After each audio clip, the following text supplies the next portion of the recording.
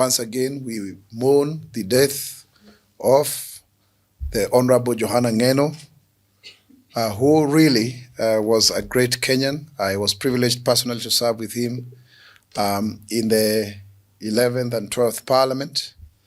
And also he was a personal family friend, my family and I. So we are sad to see this happening. And further to it is to really call out those who are trying to milk political capital out of this tragedy and, furthering narratives that are neither here nor there. I think for anyone who is in their right mind and who deserves to be a leader, you are supposed to allow your family,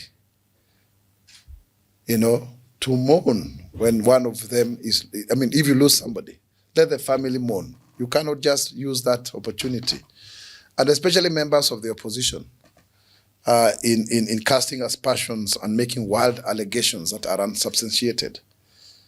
I think that is totally unacceptable, and dramatizing everything just to make, and to settle political scores. I think that is totally unacceptable. And so, to the family and friends and relatives of Honorable Johanna Ngeno, and also the other Kenyans, who lost their lives, we send our most sincere condolences. We continue to experience, rains, and, these rains have come earlier than others, the usual way, the pattern, but also we are advising our farmers to also take advantage and plant, because on one hand we are having, drought, the contradiction, and then on the other hand we are having heavy rains. So we usually have that challenge of coordination in terms of now, but it gives us some respite. It makes us to know that now at least we have something that we can look up to in terms of ensuring that we have enough food reserves.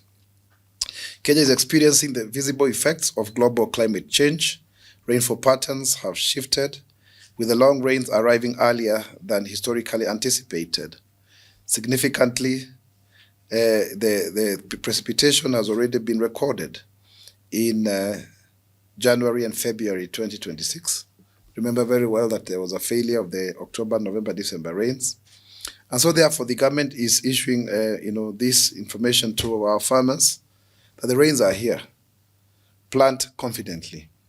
The Kenya Meteorological Department has confirmed adequate soil moisture for the current planting season. Timely planting will optimize yields and strengthen natural food security.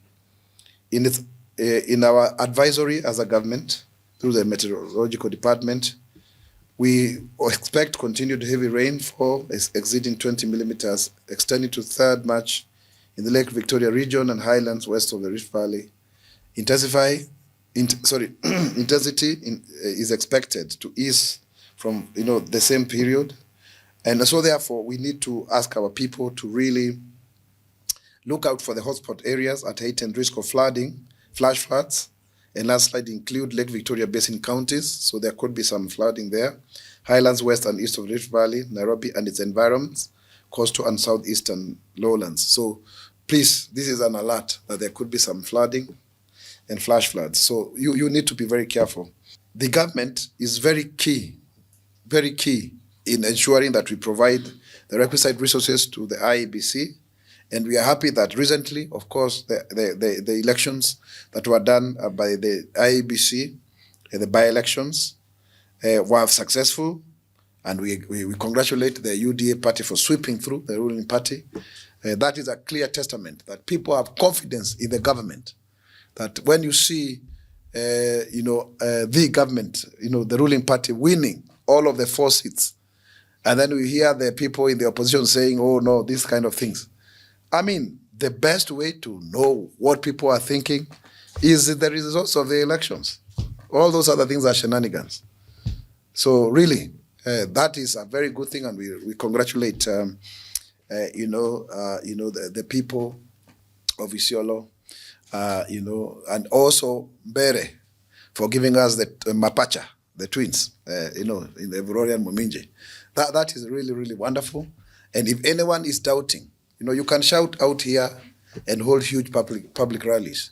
But the truth of the matter is, what matters is at the at the ballot. It's how many people show up, and then we move on. So if really, truly, you are strong as you do, then prove it in the ballot.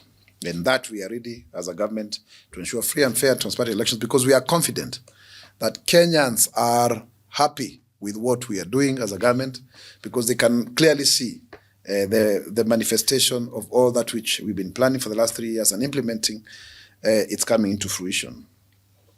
The other thing that also we want to state is that the Commission, the IEBC, will take firm and lawful action against individual or groups engaging in premature national campaigns outside legally stipulated areas in accordance with the Elections Act and related regulations. Credible elections remain the cornerstone of our democracy. So some people are already doing campaigns as we are doing development projects as a government, because we are doing public participation. We are telling people, like yesterday with the president at the Kikuyu Affordable Housing, we are telling people what we've been able to do so far. His Excellency the President has issued a statement calling on all of the parties that are involved in the whole conflict that is going on to use the various mechanisms, the multilateral platforms, to de-escalate the violence. But at the same time, as you may be aware, already all Kenyans who are in those areas that are affected by the existing conflict in the Middle East are advised to avoid any place that there is conflict, to reduce movement, and also to take care of themselves and use the numbers that have been provided across various platforms to reach out to our embassies. The government remains very committed to ensuring the safety of all of Kenyans who are, working or studying or going about their business in the very many places that are affected, by this conflict that is now going on.